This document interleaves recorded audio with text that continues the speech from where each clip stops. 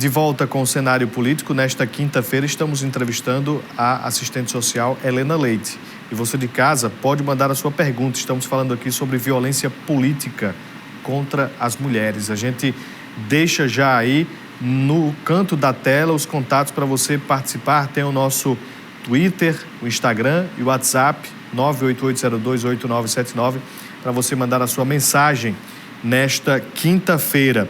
Vamos falar de Assembleia Legislativa, antes de a gente retomar aqui a nossa conversa, com uma previsão de receita primária a preço corrente na ordem de 15 bilhões e 94 milhões. A Assembleia Legislativa do Rio Grande do Norte aprovou hoje o projeto de lei número 108/22, que trata da Lei de Diretrizes Orçamentárias para a elaboração do Orçamento Geral do Estado para o próximo ano.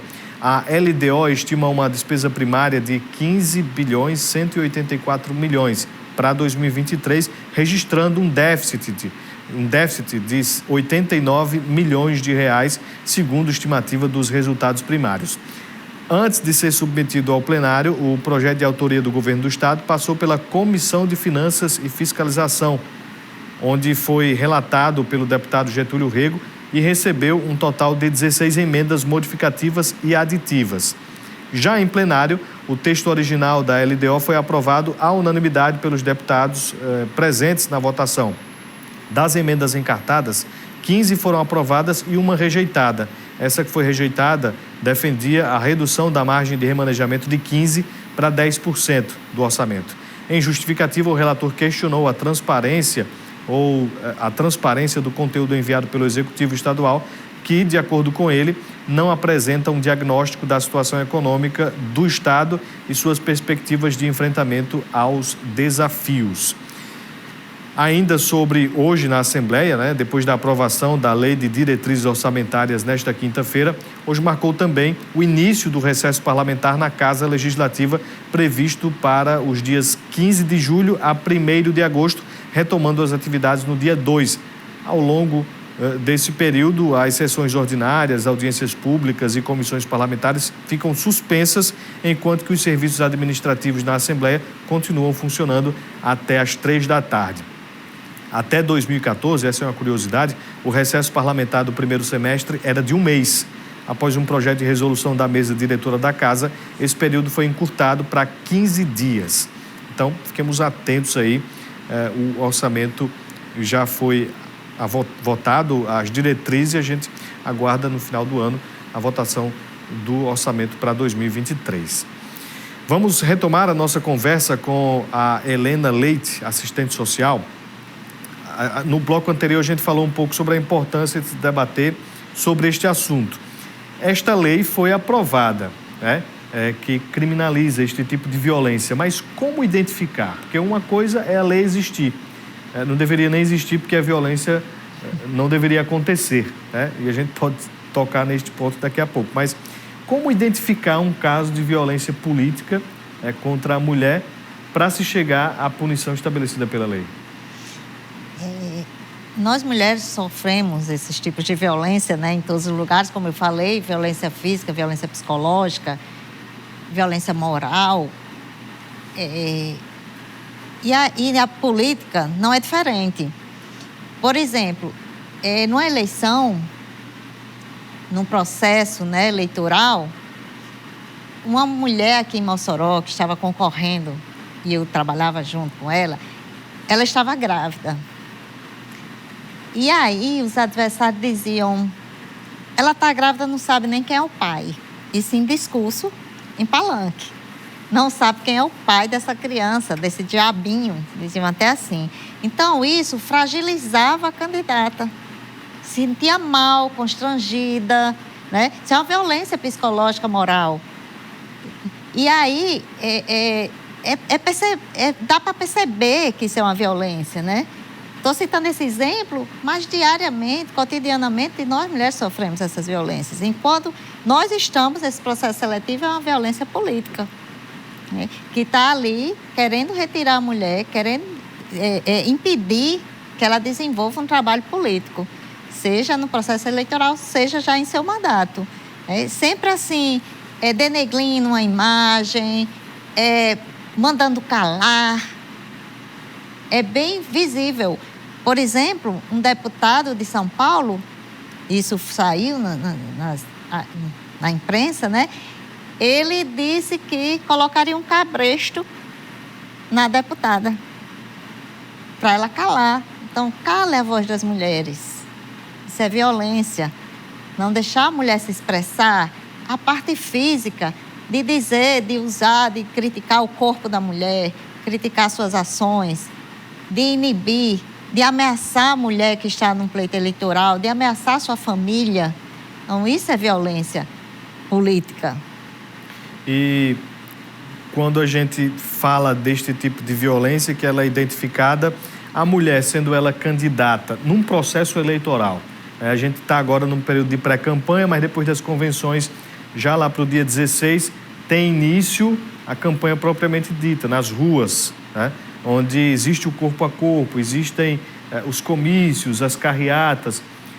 Em se identificando este tipo de crime, a mulher, ela deve ir para a delegacia, ela deve procurar o Ministério Público? Como é que faz para tentar punir esse agressor? Nessa época de período, né, eleitoral, de campanha, temos o Ministério Público Eleitoral, nós temos um juiz especializado, né, no eleitoral, então deve-se procurar, sim, o Ministério Público. Também podemos ligar um 180, que é um número que podemos denunciar qualquer tipo de violência contra as mulheres, mas o ideal é que se procure o Ministério Público Eleitoral. A gente está falando deste tipo de violência, mas a violência doméstica, né, que acontece em casa, esta sim existe uma delegacia especializada para isso. Isso. A violência doméstica e familiar contra as mulheres, né, ela acontece, ela é identificada como a violência política é identificada dentro de um processo eleitoral, né, ou com mulheres que têm cargos eletivos. A violência doméstica e familiar ela é identificada quando ela ocorre dentro do âmbito familiar e do âmbito doméstico, ou alguém que tem um vínculo afetivo com essa mulher. Então, se a violência foi cometida numa dessas situações, né, e tem vários tipos de violência, a violência física, a violência moral, a violência sexual, patrimonial e psicológica, ela procura a delegacia da mulher, a delegacia especializada, né? Nós trabalhamos com base na Lei Maria da Penha. A Lei Maria da Penha 11.340, ela é de 2006, completa agora em agosto 16 anos, é uma lei nova. É uma lei que foi criada para coibir essa violência doméstica e familiar contra as mulheres. E essa lei, ela traz vários caminhos, várias indicações para coibir e combater essa violência e prevenir essa violência contra as mulheres, né? Que nós vivenciamos dia a dia. A gente falou duas situações, a violência política e a violência em casa, a violência doméstica. Mas este tipo de entendimentos, este tipo de entendimento que muitos têm, principalmente os homens, é cultural. Isso vem de muito tempo. Então, se criou uma cultura de diminuir a mulher no espaço, no mesmo espaço. Como é que se consegue modificar este tipo de cultura, né? A lei já é a punição, né? Mas como é que se transforma a sociedade para o entendimento, né, desta igualdade de homens e mulheres, de respeito principalmente? A lei, a parte jurídica, né, que é muito importante. A Lei Maria da Penha, ela está aí e foi escolhida como uma das melhores leis nessa área, né? Mas, assim, a cultura, como você bem falou, essa cultura de uma sociedade que é patriarcal, que é o mando do homem, nós temos uma cultura que diz que lugar de homem é no público. Então, o político é para o homem e o lugar da mulher é em casa, cuidando dos filhos. Isso aí é uma cultura que a gente tem que desconstruir. Porque nós estamos conquistando o espaço público, sim. Nós estamos indo para as ruas, nós estamos pouco ainda, mas assumindo cargos políticos, né? Cargos públicos. E não somos aceitas, não somos bem aceitas. Por isso tem as violências. Porque essa cultura, ela restringe. O lugar de mulher em casa. O lugar do homem é o público, né? É o lugar público. Desde criança que nós vemos isso. De meninos brincarem na rua, de meninas ficarem em casa cuidando de bonecas, né? Brincando, né? Simbolicamente cuidando da casa. Então, isso aí é uma cultura que tem que ser desconstruída. Como vamos desconstruir? Através da educação, principalmente, né? Desconstruir desde os pequenos, das crianças, da educação básica. Mas aí, as que já estão formadas, as pessoas que já são agressores, né? E as mulheres que são vítimas e muitas vezes nem se reconhecem numa situação de violência por ser naturalizada essa violência contra as mulheres. Então, como é que a gente pode desconstruir? Ocupando cargos eletivos, por exemplo, tendo representatividade na Câmara, no Senado, em todos os espaços, para que se façam políticas públicas em favor das mulheres, para que a educação chegue, né, nas escolas públicas municipais, estaduais. Temos aí uma lei federal que traz isso, né, também nova, do ano passado, que traz isso, a discussão de gênero nas escolas, a discussão da violência doméstica sofrida pelas mulheres, né, nas famílias, e seja discutido na escola também. Quando existe esse tipo de agressão, muito se fala sobre competência das mulheres no ambiente político. Mas já está comprovado que para a grande maioria das atividades, ou acho que todas as atividades, existe uma competência diferente das mulheres nesse trato, né? Na forma de fazer, na forma de entregar. Porque a gente, muito quando fala sobre a presença da mulher, vai muito também sobre se ela vai conseguir atingir o objetivo. Hoje, no mercado de trabalho, ainda existe esse tipo de questionamento. A senhora avalia que muda? Porque se na política existe o questionamento, por outro lado, nas empresas, até mesmo em concursos públicos, como é que a senhora vê esse tipo de questão relacionada ao mercado de trabalho? Apesar de nós, mulheres, sermos um número maior em formação acadêmica, em pós-graduação, né, em formação escolar, de escolaridade, nós não atingimos muito esse lado profissional em termos financeiros. Por exemplo, nós mulheres ganhamos menos que os homens. Aí você pode dizer, como, Helena? Se tem um concurso para homens e mulheres, como é que ela vai ganhar menos? Porque os cargos de chefia, né? Os cargos de chefia são para os homens, sempre, ou quase sempre, a maioria. Por quê? Porque, penso, a mulher, ela vai engravidar, a mulher, ela vai ter a licença gestante, né? Que é nosso direito também, conquista. E os cargos de chefia, os cargos superiores que ganham mais, em sua maioria ficam para os homens. Então, tem isso também. A gente sempre está, e eu volto para a cultura, porque o lugar de mulher seria em casa. A cultura do nosso país diz isso. Fique em casa, cuide dos filhos. Tudo que acontece na família, a culpa é da mulher porque saiu de casa. A culpa é da mulher porque conquistou um espaço público. Então, até quando nós vamos ser recriminadas? Até quando nós vamos ser diminuídas nessa sociedade? Até quando nós vamos ser caladas?